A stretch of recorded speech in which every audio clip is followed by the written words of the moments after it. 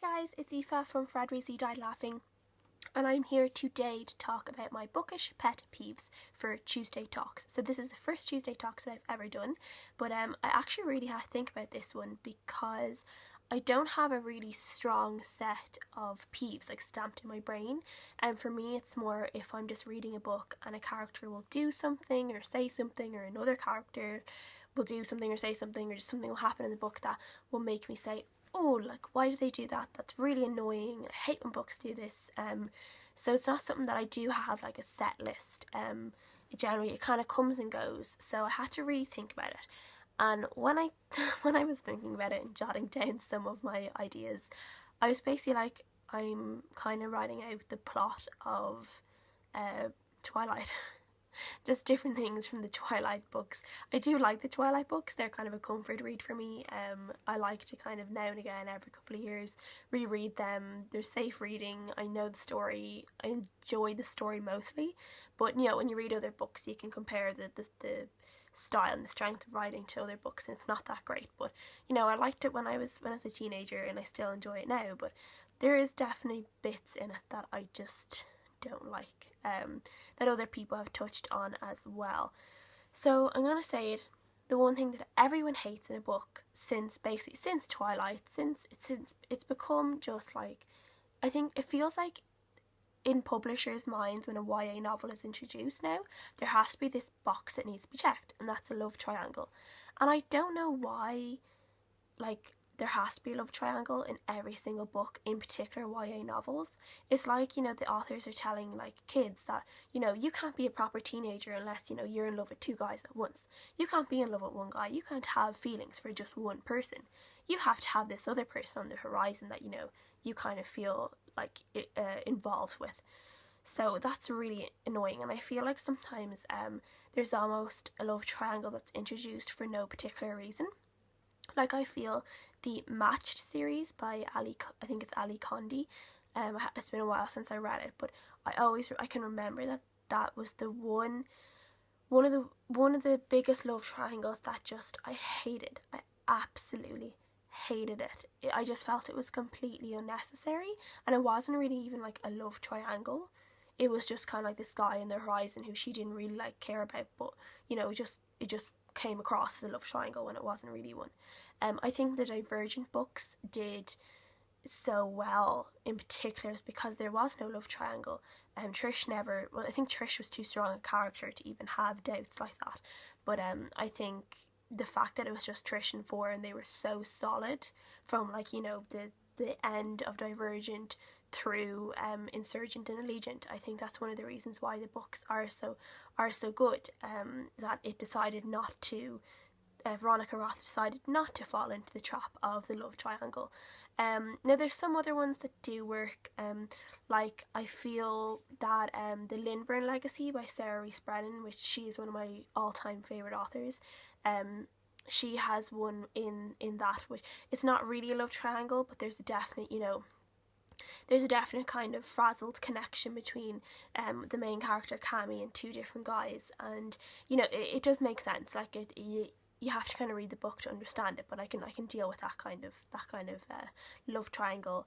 And other ones like the one in Delirium that came in the second book, which I can't remember the name of now, but yeah, I think that love triangle was pretty, you know, you could go with it because she had good reasons to fall in love with someone else. The second one that I have is that girls in books, that they might be in a new place, or you know, they go to a new school or go to a college, and they've always kind of been like the ugly duckling or the plain one with, you know, whatever, you know, just wears Converse and jeans and has mousy hair and, you know, is shy, whatever.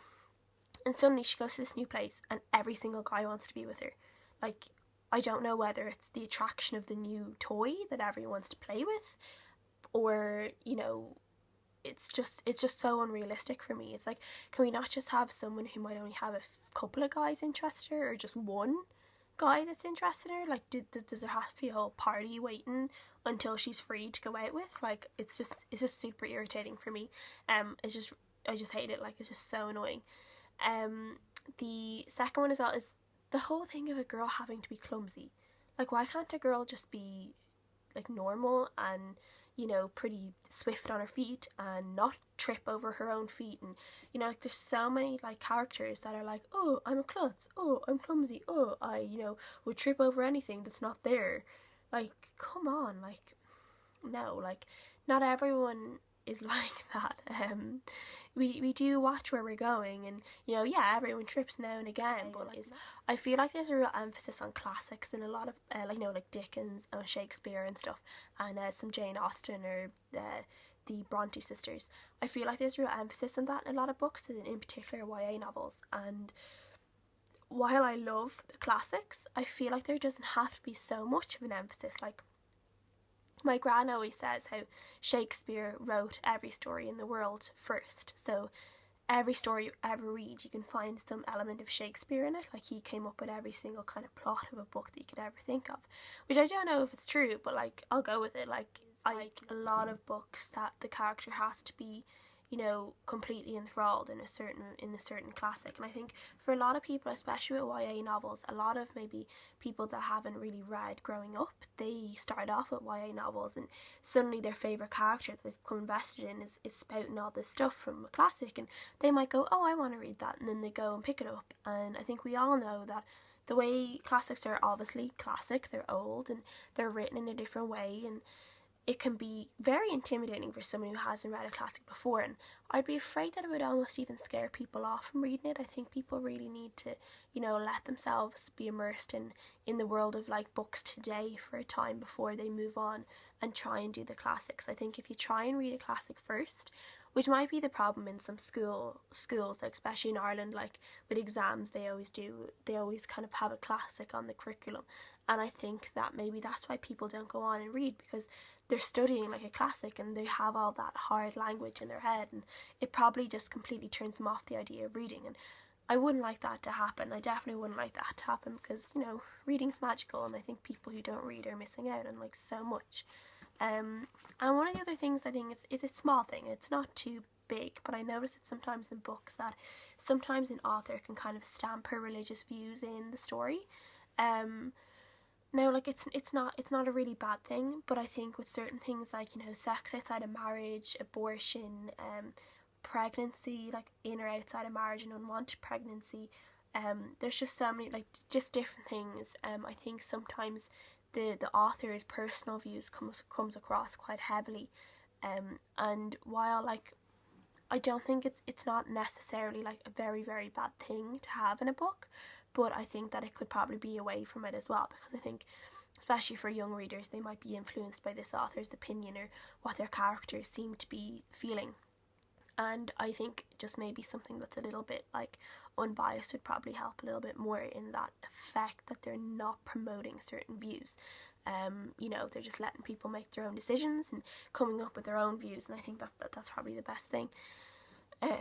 So yeah, that is most of my bookish pet peeves that I could think of in the time that, you know, I jotted a few ideas down.